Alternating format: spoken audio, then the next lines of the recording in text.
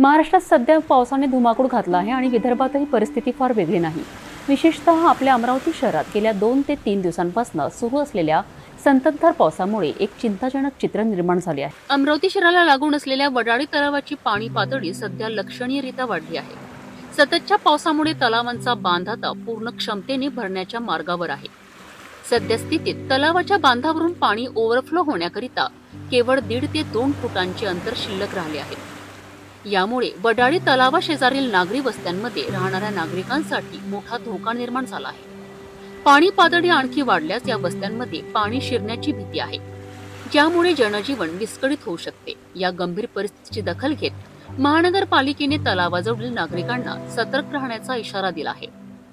तसेच सिटी न्यूजच्या वतीनेही आम्ही सर्व नागरिकांना सतर्क राहण्याचे आवाहन करीत आहोत। हवामान खात्याने दिलेल्या माहितीनुसार पुढील 2 ते 3 दिवस पावसाची ही स्थिती कायम राहण्याची शक्यता आहे।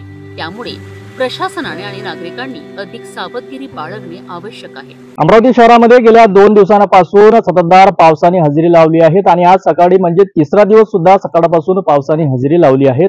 याच अमरावती शहराला नजीकच जे आहेत लागून आहेत वडाळी तलाव लागलेला आहे। याच तलाव आता संपूर्णपणे पाण्याने भरलेला आहे आणि आपण एकंदरीत जर या तलावाची पातळी बघितली तर जवळपास फक्त 1.5 ते 2 फुटावर पातळी भरण्याची शिल्लक राहिलेली आहे। ही पातळी संपूर्णपणे भरल्यानंतर याच तलावाचं पाणी आता एका छोट्याशा नाल्यामध्ये उतरून हे अंबा नाल्यामध्ये जाणार आहेत।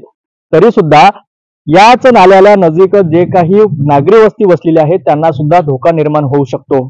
आता महानगरपालिकेकडून सुद्धा सर्व नागरिकांना आवाहन करण्यात आलं आहे की सर्वांनी पाणी सुरू असताना सतर्क राहण्याचे आवाहन केले आहे। तसेच सिटी न्यूज चॅनलकडून सुद्धा आपल्याला सर्वांना आवाहन करण्यात येत आहे की पावसादरम्यान सर्व नाल्या नजीकच्या वस्त्यांना जे आहे सतर्क राहण्याचं आवाहन आम्ही सिटी न्यूज चॅनल कडून सुद्धा करण्यात येत आहे।